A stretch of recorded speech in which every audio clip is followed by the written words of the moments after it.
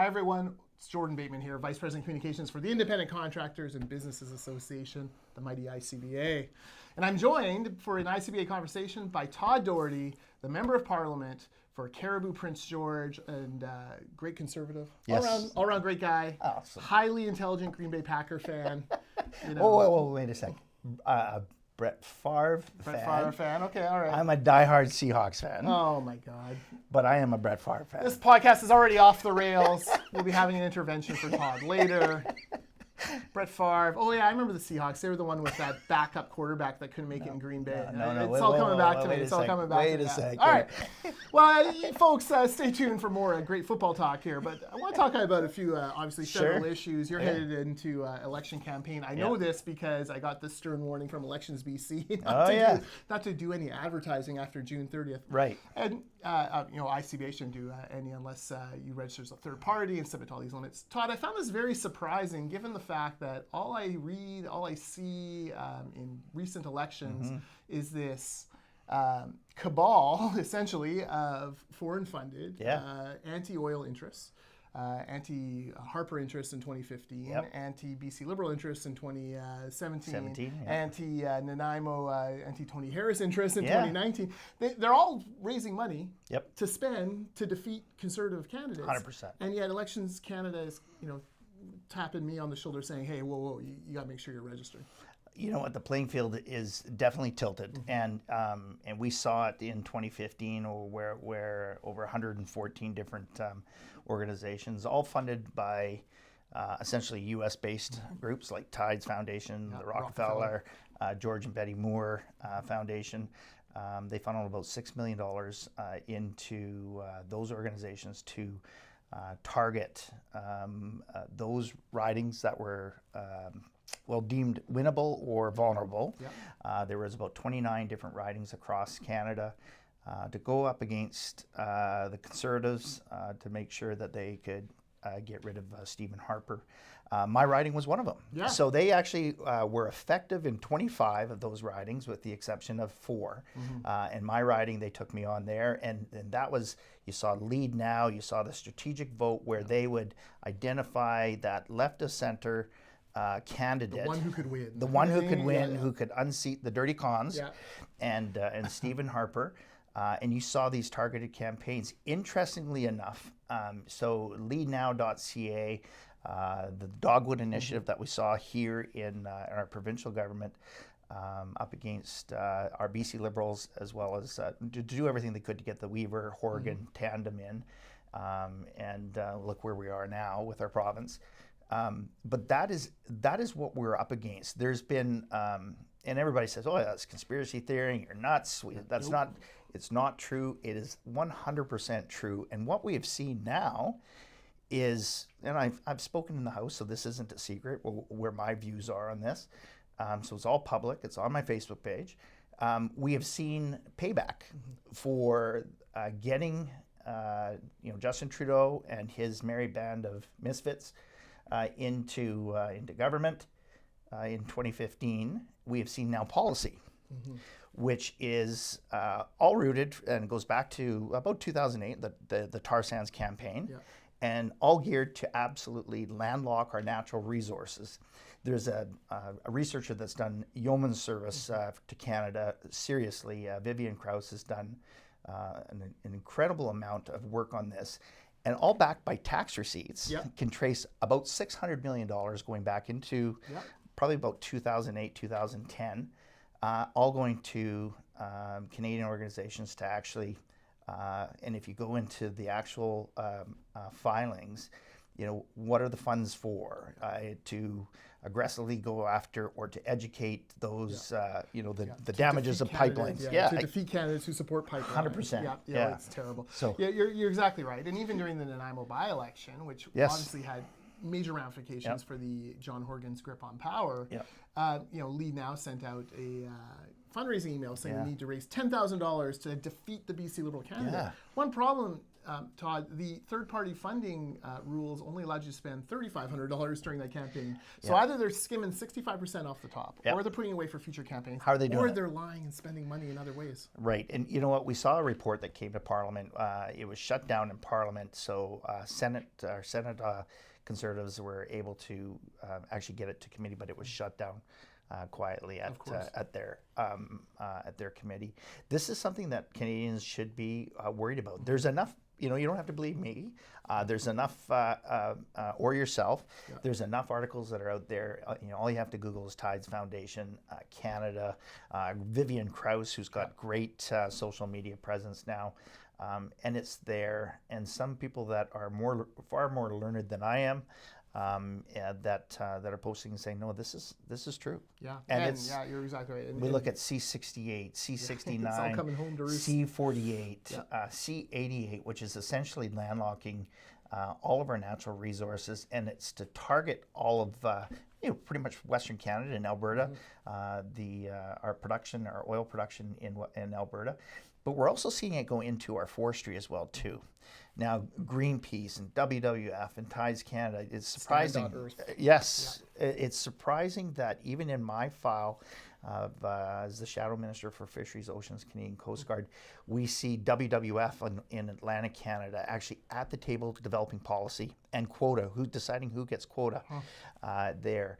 Well, we know where WWF, who was the Prime Minister's right-hand person, left-hand person, really the puppet master was Gerald Butts, who's the former president and CEO of WWF. And now, just recently, the Prime Minister has appointed Sarah Goodman, who's the former executive VP of Tides Canada, as the Director of Policy, leading us down that path, more so to absolutely shut us down. Yeah, in BC we see former Sierra Club Executive Director George Heyman as the Minister of Environment. Right.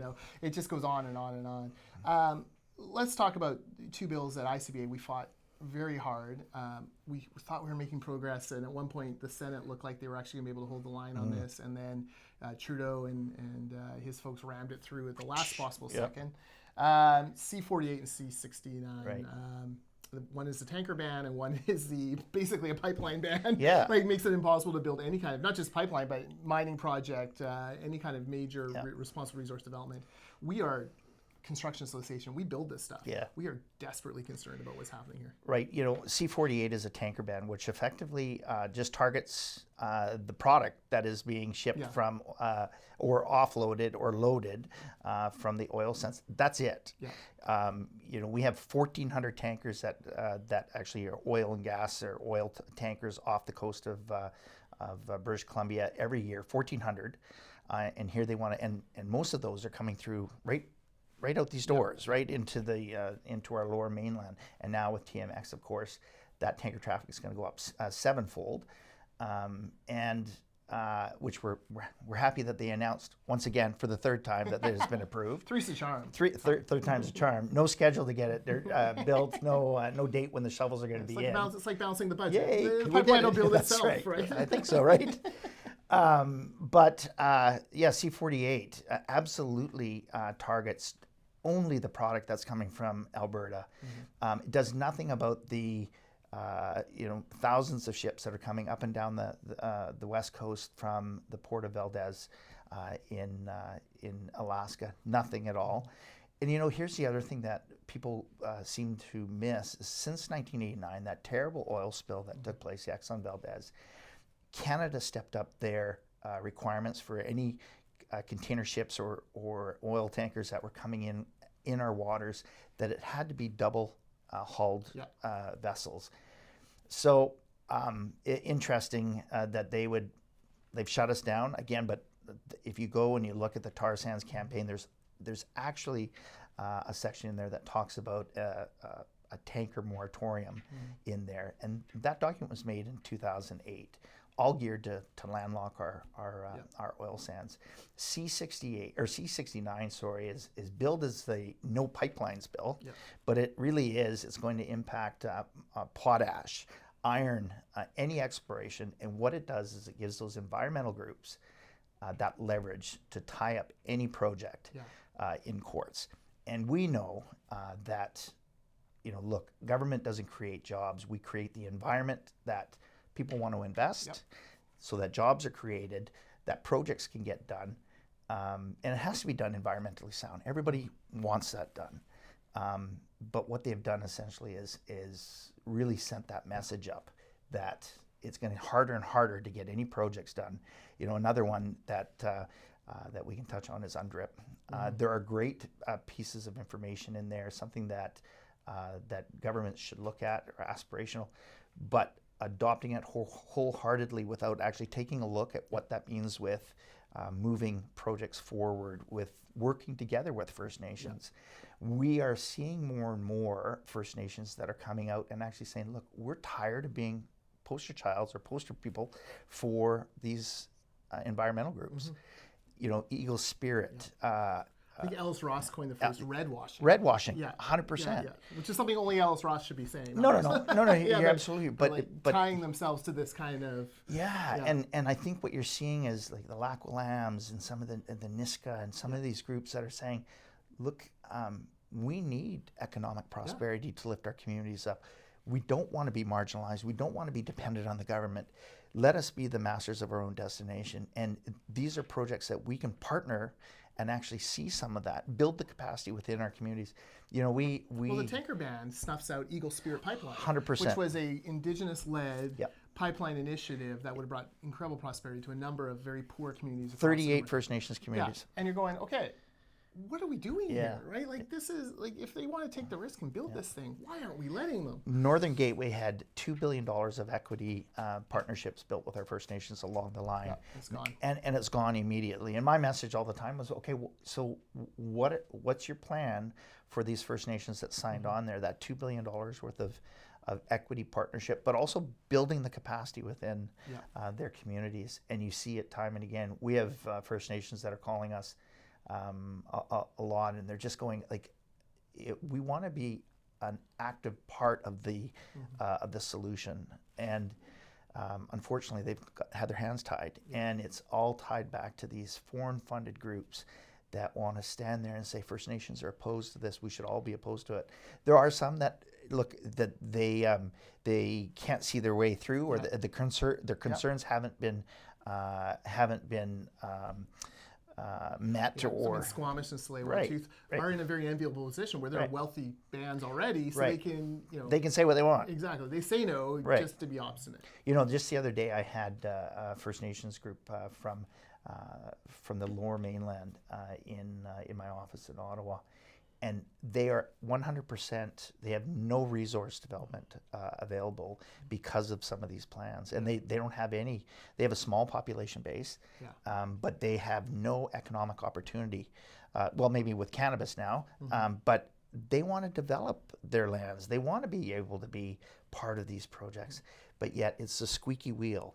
And it's these environmental groups that have so much money that are funneling in that is actually taking up all that noise. All the oxygen. Yeah, and I want to commend the Conservatives on trying to find a path forward with First Nations, not just in building prosperity and sharing it with them and making sure that they're at the table part of it, but even in the last term, the band disclosures, financial disclosures, making sure that the public and the members actually got to see how much their chiefs and councils were paid.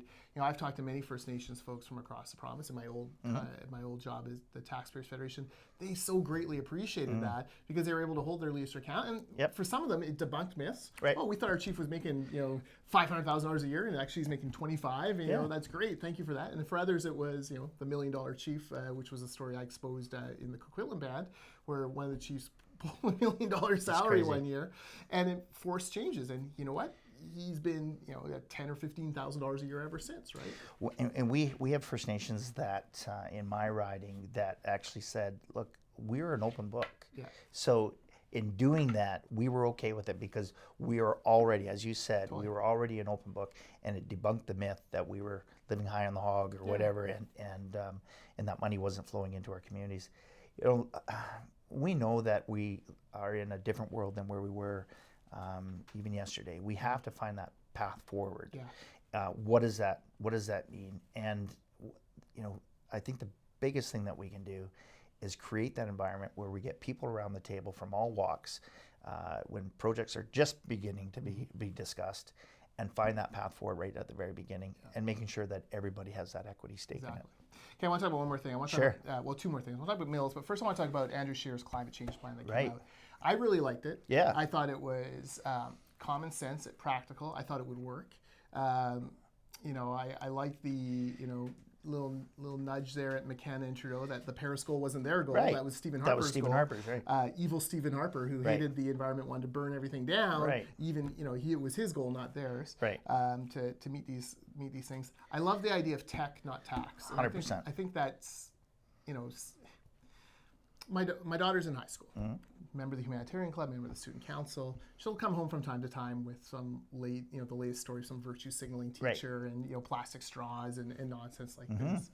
And, you know, so I've told her the stories of the ozone layer, of acid rain, of how conservative politicians really led the charge to fix those. But it wasn't through taxes, it wasn't through government overreach, it was through smart government policy that prompted the private sector to invest in the technological advances to make things work. Right, and we would partner with those industries to be able to develop that technology here at home, so that then we can be world leaders on globally in fighting the climate change. Because 2% of emissions isn't going to, we cease to exist tomorrow. Right. The planet will still warm. Right, I think that there was somebody on CBC the other day that said that even if every Canadian drove an electric vehicle, you know, we're still not going to reach those Paris targets, right? So we know that the carbon tax is not an environmental plan. That's a revenue plan. So finding that tangible way that we can actually make a difference here at home, that we can incentivize some of the worst emitters, as well as develop the technology and incentivize Canadians to look at things such as greening their home. What are steps that they can do to make their homes more environmentally sound, or even new construction more environmentally sound? We know that a large portion of the greenhouse gas emissions come from our building structures, 12%, I think. So how do we make sure that we can bring those numbers down and have a tangible impact? The other part of it is making sure that we can develop that technology here. So getting some of the worst emitters to actually invest in colleges and universities and programs that are looking at green technology. And we can have that Canadian clean brand and market it overseas, so that then we can help some of the worst emitters actually clean up their act. Yeah, no, exactly right. And I look forward, I think it's going to be a big part of the campaign. I think tech, not tax makes sense on a variety of levels. Also enjoyed the strong support for LNG, which is something that ICBA supported from the beginning. John Horgan claims to have delivered, but really, you know, the BC Liberals drove it down to the 1 yard line, and he kind of fell face forward and scored. Whatever the political calculation is there, nice to see LNG recognized as a way to get China off of coal and dirty oil into something cleaner burning. It's interesting, you know, we talk about the move to wind farms, but that still needs coal to develop some of the blades and the technology that are there, right? I think if we can work with those countries that still need that little boost to be able to, rather than giving them $400 million or $500 million for an infrastructure bank, why don't we help develop Canadian technology that then can actually go and help clean up their act? You know, I just had a constituent in my office about 2 weeks ago, and there's Canadian technology that can actually mitigate some of the landfills that, you know, again, as we see in the Lower Mainland, shipping some of their landfill product or the garbage out into the interior. They can actually use that waste and generate energy to fuel communities. Synthetic natural gas is called. 100%. Which is an oxymoron, but we'll let it go. We'll let it go. But those are things that we can do. We can look at some of our wood waste that we have left in the blocks, like huge coal piles of wood waste. I drove skidder and I bucked for a time in the late 80s, and there's huge piles of wood waste that are there that then we can actually bring that in and use that to create biofuels, other biofuels as well too. And these are things that we know that there are entrepreneurs that are out there, organizations out there that are developing it, universities that are developing it. Why can't we invest in that can then do our part on the global stage? Absolutely. All right. Well, you mentioned wood. We should talk about. We should talk about it's a huge economic crisis facing British Columbia. It really is. But because it's not in Victoria and it's not in so much in the Lower Mainland, although there has been a Surrey mill that closed, it does not get nearly the kind of scrutiny exposed.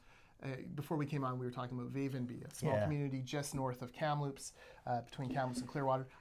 700 people live there. They've lost 172 jobs. That would be like my hometown of Langley losing 35,000 jobs it's crushing. It's the end of that community, really. I mean, it's crushing. It's absolutely crushing. You know, Jordan, you're absolutely right. And the frustrating thing for me is, you know, and I've said this from the very beginning, is that, you know, softwood forestry wasn't even mentioned in the Minister of Foreign Affairs or International Trade's mandate later, right from the very beginning. You know, Prime Minister Trudeau's first speech on the world stage, he said Canada will become known more for, under his government, Canada will become known more for our resourcefulness than our natural resources. We're going to lead from the heart out. It's going to be great. Right. Everything, hugs and everything for everybody. Sunshine and rainbows will pay for everything. Right. And the challenge is, and you know, BC is the leading producer of softwood in the world, in North America. Over 140,000 jobs directly and indirectly in our province. Over 140 communities are forestry dependent. And what we've seen in the last little while, and there's lots of mitigating factors, you know, access to fiber, cost of doing business. UNDRIP is another one, as we mentioned earlier on, just the uncertainty around that. There's dozens of body blows this industry has taken. Tons. But primarily what we're looking at right now is that no softwood lumber agreement. So you've got those tariffs that our companies and organizations are being hit with. Now things are good when the market's up, when the housing market in the U.S. is great. But 65 to 70% of the wood that we produce or that we harvest here in our province is shipped south. And you know, when the market is good, things are good. We can absorb those costs of transportation, the stumpage rates, and of course the tariffs. You know, we're into another war, a softwood war with our U.S. counterparts across the way. And I did a lot of work in Washington early on this file. And, you know, time and again, what we heard from folks across the way that aren't conservative friendly, but they're in the industry and what have you, is that we limped into this right from the very beginning. We should have been negotiating from a position of strength. Instead, we went down with a charm offensive type thing. And, you know, here we are 3 or 4 years later, and we still don't have a softwood lumber agreement, which is seriously hurting.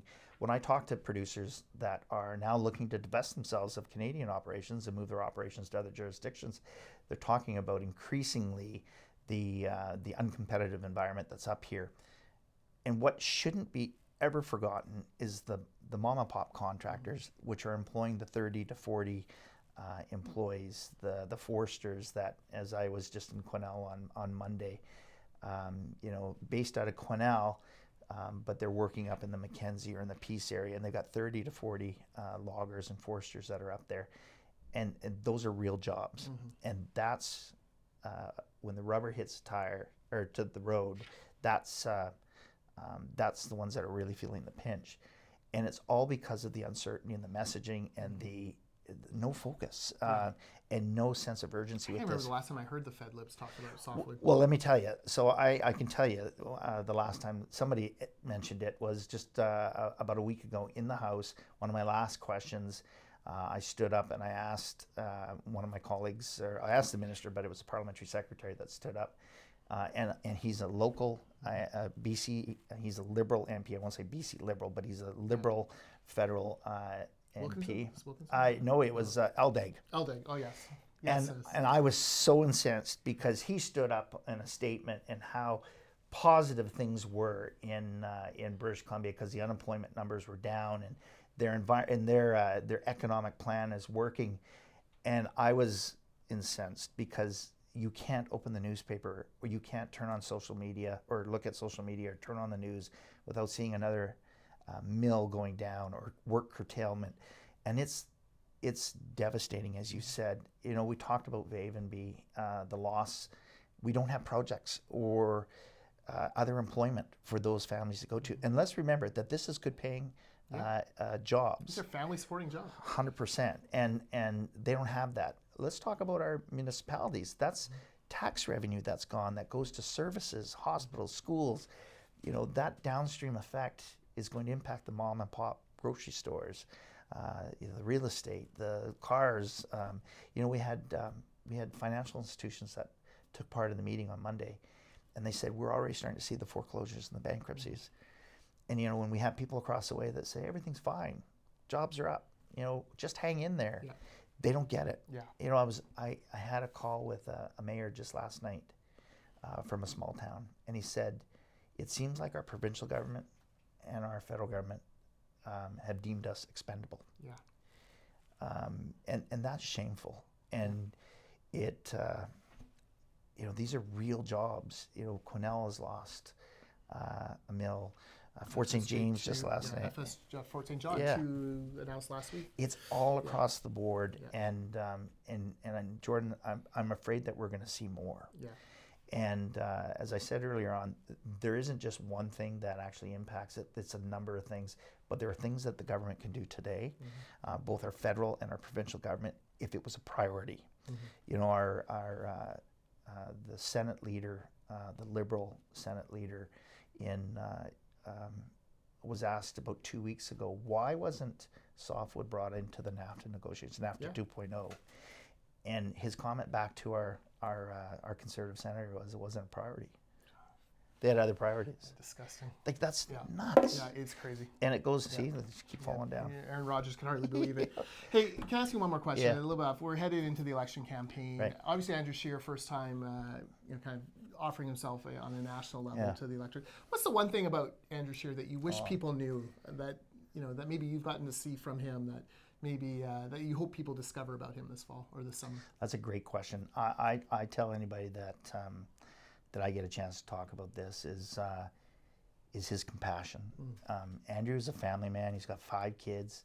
When he gets a chance to actually be home, he still drives them to school. Yeah. People don't know that. He talks about his broken down van that he does. Andrew's, he's amazing. And Jordan, I've seen him with, I can step back a bit. Catherine Campbell was murdered by Christopher Garnier it's an issue that we brought up in the House.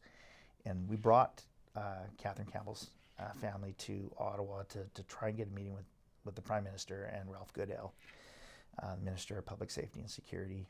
And away from, everybody can say when the cameras are on, those emotions are fake and are real and what have you. But that compassion that Andrew showed, and he'd probably kill me for saying this, but the compassion that he showed Mr. and Mrs. Campbell in that room was honest and it was real. And I don't think it was just, there are these little moments in time that I've been so fortunate to be with Andrew that I wish people could see that, because they, he's getting, touted as, there's lots of things that the Liberals are painting him as, but I wish people could see that he is first and foremost a family man. He challenges us all to turn our eyes to the grassroots. When we are developing policy to put forward, when we are thinking about how we walk through this crazy life that we have, is first and foremost remember the people that we represent and our communities.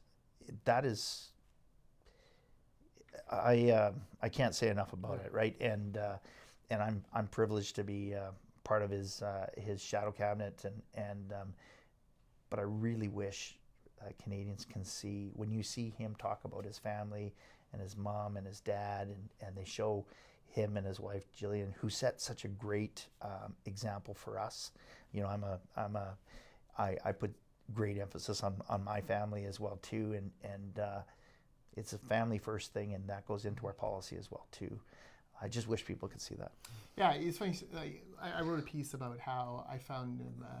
He gave a speech at the Vancouver Board of Trade, and I found it to be incredibly earnest and authentic. And I think that's a great difference to a lot of the politicians we see today. He reminded me of the hockey dad that you'd stand next to and watch the game with, and that you'd have a great conversation with, and at the end of the first period he'd duck out to Tim Hortons and bring you back a coffee. Like, he's just a good dude, right? Like, just that's exactly.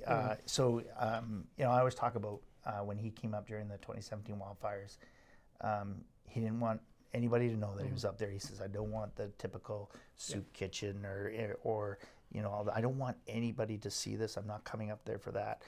I just want to be amongst and find out what's going on to get a greater sense. And he said, one of the things that was surprising for me is that when you have a mass evacuation like that, you get everybody, you get everything. And we got people that were in palliative care. And so he says, what about, and that was one of the questions, he says, what about hospice? And I said, yeah, and he goes, can we go and, I just want to check in, right? And I think it comes from his mom being a nurse, and so we went to our local hospice, and he was just, again, that's another moment in time where you just see that honest compassion with him, with a family that was from my riding in the West, that just days later their family member passed away, but he sat, and he didn't care about the schedule. And he wasn't there for the photo ops. And the time that he spent with our first responders, and that's where I was getting at with, we went up and we toured the tanker base, and I think one of the pilots, one of the things had a Homer Simpson kind of either bobblehead or something in his plane, right, in the cockpit, and he started quoting some Homer Simpson stuff, right, and he just is a real person, and it's those moments in time that I've seen that just to me is a mark of a true leader. First and foremost, he's a family man, and that's just means the world to me. As we move through, there's always time for photo ops and whatever, but I don't do this job for the photo ops, and I think we've seen what happens when you kind of move away from somebody that's there for the celebrity and the ceremonial position of that being a prime minister is. We should always respect that office, but it's bringing it right back to the heart of it is this person is grounded. He knows where his roots are, and I just love it. It's tough to live in Saskatchewan and be that's the other thing too. Too big, yeah, right. Exactly. Yeah, it's tough to be too big a star in Saskatchewan, where for God's sakes, the Rough Riders are like the only, and his brother-in-law. gods there. Yeah, that's right. And his brother-in-law now is so his brother-in-law was former John Ryan, the punter now for the right. So going from my favorite the Seahawks to now he's with the Saskatchewan Rough Riders. I can't cheer for him. No. But this isn't going to air, right? No, we're going to edit that out. Hoping his punts are regularly blocked. Go BC. Sorry, John. Yeah. All right, well, Todd, we wish you all the best. Cariboo-Prince George. Thank you. You've done amazing work for those folks and for BC in general, and very much hoping that Mr. Scheer is the next Prime Minister of Canada and we can get this country back on track. Let's get back on track. Awesome. Thanks for being here.